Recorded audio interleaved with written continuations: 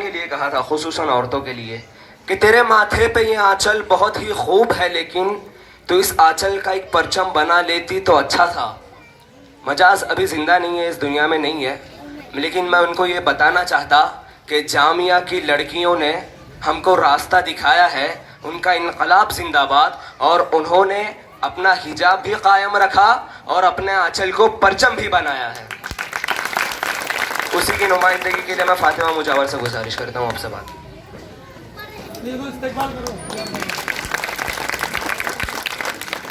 अस्सलाम वालेकुम वरहमतुल्लाहि वबरकातुहू। सबसे पहले तो कोंडवा की औरतों को सलाम कि आप आपके घरों से बाहर निकल के यहाँ आए हैं। जो मुद्दे पे हम आज बात करने वाले हैं उसका ज़्यादा से ज़्यादा मैं को रिलेट औरतों से करना चाहूँगी। सबसे पहले तो इन्होंने बताया कि सिटीजनशिप, हम जब बाहर जाते हैं तो हमको भारतीय कह के बुलाया जाता, हम नागरिक हैं। तो ऐसा दुनिया में कोई भी मुल्क नहीं जो कागज के बल पे नागरिकता डिसाइड करता है, ऐसा कोई भी मुल्क नहीं, क्योंकि कागज के अपने मसले होते हैं। कागज गुम जाता है, जल जाता है, बह जाता है, कुछ भी हो सकता है कागज के साथ में। तो कागज कभी भी नागरिकता डिसाइड नहीं करता। नागरिकता कागज तभी काम आते जब कोई बाहर के मुल्क से आया हो। तो ये तो हमारे साथ गलत हो रहा। कोई आपको पूछे कि नागरिकता के वास्ते कागज दिखाओ, तो पहले पूछना कि दुनिया में कौन सा मुल्क है और हमारे संविधान में कहाँ लिखा है कि नागरिकता के लिए कागज दिखाया जाए। तो कागज तो हम दिखाने से रहे बराबर। दूसरी बात यह है कि जब हमने आसाम के मुद्दे को दिया तो आसाम में जो हाल हुए, क्या किया उन्होंने कि लिस्ट बनाई गई। लिस्ट के द्वारा औरतों के लिए अलग डिटेंशन कैंप थे, मर्दों के लिए अलग डिटेंशन कैंप थे। गवर्नमेंट ने आसाम में डिटेंशन कैंप भी नहीं बनाए थे, जेलों में औरतों को रखा था। जैसा हमने जामिया में देखा कि लड़कियों के साथ में मैन हैंडलिंग हुई, लड़कियों के हॉस्टल में घुसने वाली लेडी पुलिस नहीं थी, वो मर्द थे, बराबर आदमी थे। लड़कियों के ऊपर लाठी चार्ज करने वाली लेडी पुलिस नहीं थी, वो आदमी थे। जब हमने 2014 में गवर्नमेंट को वोट दिया तो उनका नारा था बेटी बचाओ बेटी पढ़ाओ। ये सबसे पहले इन्होंने तो ये झुटलाया, क्योंकि इन्होंने देश की पढ़ने वाली बेटी पर ही हल्ला बोल किया, बराबर। तो इसको हमने गवर्नमेंट की चाल को समझना है सबसे पहले तो। और उसके बाद में जब हम बात करते हैं गवर्नमेंट और कॉन्स्टिट्यूशन की, तो यहाँ पे आसिफा को अब तक के इंसाफ नहीं मिला। निर्भया के इंसाफ को अभी 2 तारीख तक के ढकेले गया है।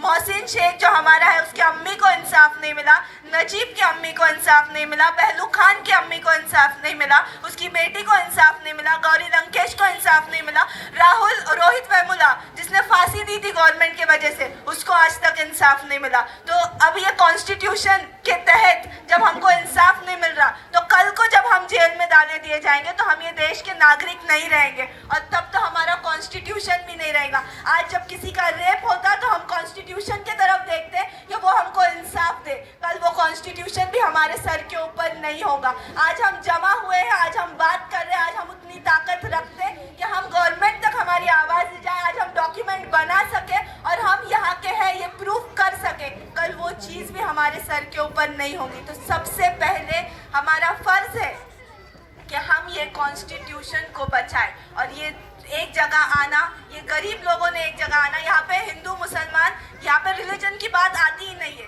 क्योंकि कॉन्स्टिट्यूशन हम सबको एक साथ लेके चलता।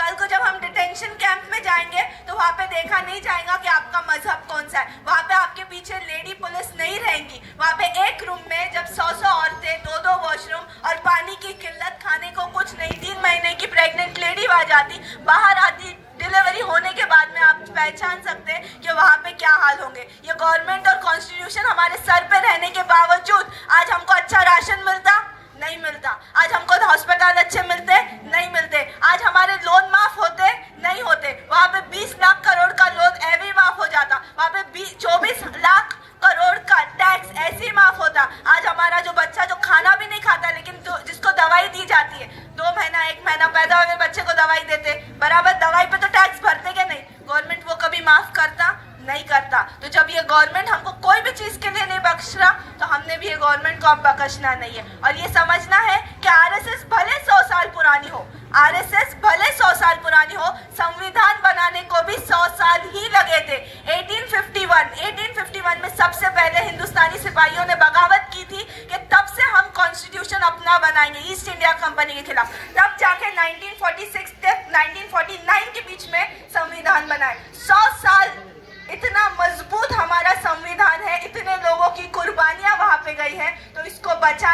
हमारा फर्ज है। जब इस्लाम हमको बोलता कि हमने हमारे वतन से मोहब्बत करनी चाहिए तो ये हमारा फर्ज है। जब इस्लाम की लड़ाइयों में उम्मे अम्मारा सबसे बेहतरीन सोल्जर आप ने उसको उनको बताए थे, तो ये हमारी माओ से भी एक गुजारिश है कि हम सबको उम्मे अम्मारा, उम्मे खदीजा, उम्मे हफ्सा, उम्मे आयशा ये बनने की ज़रूरत है।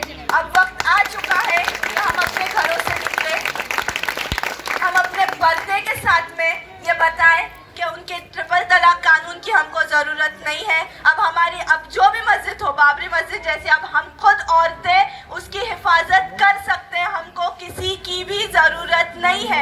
हमारे पीछे हमारा संविधान, हमारा कुरान शरीफ और हमारे नबी ने जो हमको तहजीब दी हुई है ये काफ़ी है। जो मोमेंट जामिया की लड़कियां, अलीगढ़ की लड़कियां उठा सकती तो ये हर एक औरत उठा सकती, क्योंकि ये सब लोग जो जुल्म करने वाले ये भी एक औरत की कोख से आए हैं बराबर, और हम इसके आगे की नस्लों को दुनिया में लाने वाले हैं, हम उनको तरबियत देने वाले। अगर हमारी तरबियत इतनी मजबूत होगी तो ये संविधान के ऊपर कोई भी आँच नहीं आएगी। तो यहाँ एक ही गुजारिश है कि गवर्नमेंट के चक्कर में नहीं आना है, इसलिए डॉक्यूमेंट बनाने हैं।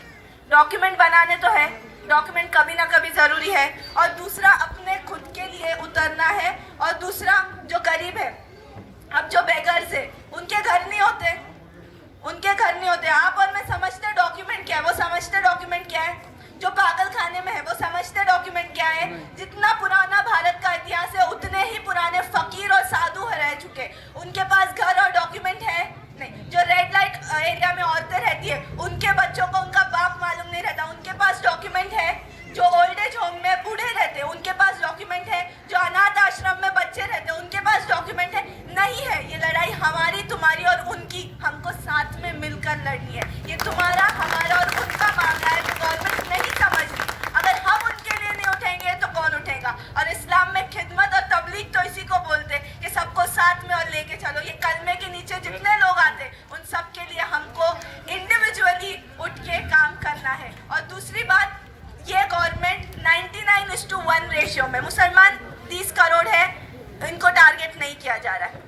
माइनॉरिटी, लेकिन अमीर माइनॉरिटी को अलग हटा के पूरी गरीब मेजॉरिटी को टारगेट किया जा रहा है। ये लड़ाई 99:1 में सब लोग आते। 2014 में जब मोदी जी आए थे तो उन्होंने बताए थे कि मैं तो गरीब हूँ, अपना झोला लेके मैं चला जाऊंगा। अडानी, अंबानी, नीरव मोदी और विजय माल्या झोला पैक करके रख चुके, वो निकल जाएंगे।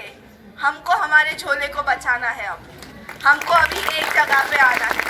उनके एक एक लफ्ज़ को हम मजाक में नहीं ले सकते, और उनके मजाक को भी अब हमको सीरियसली लेके एक साथ एक जगह पे आना है।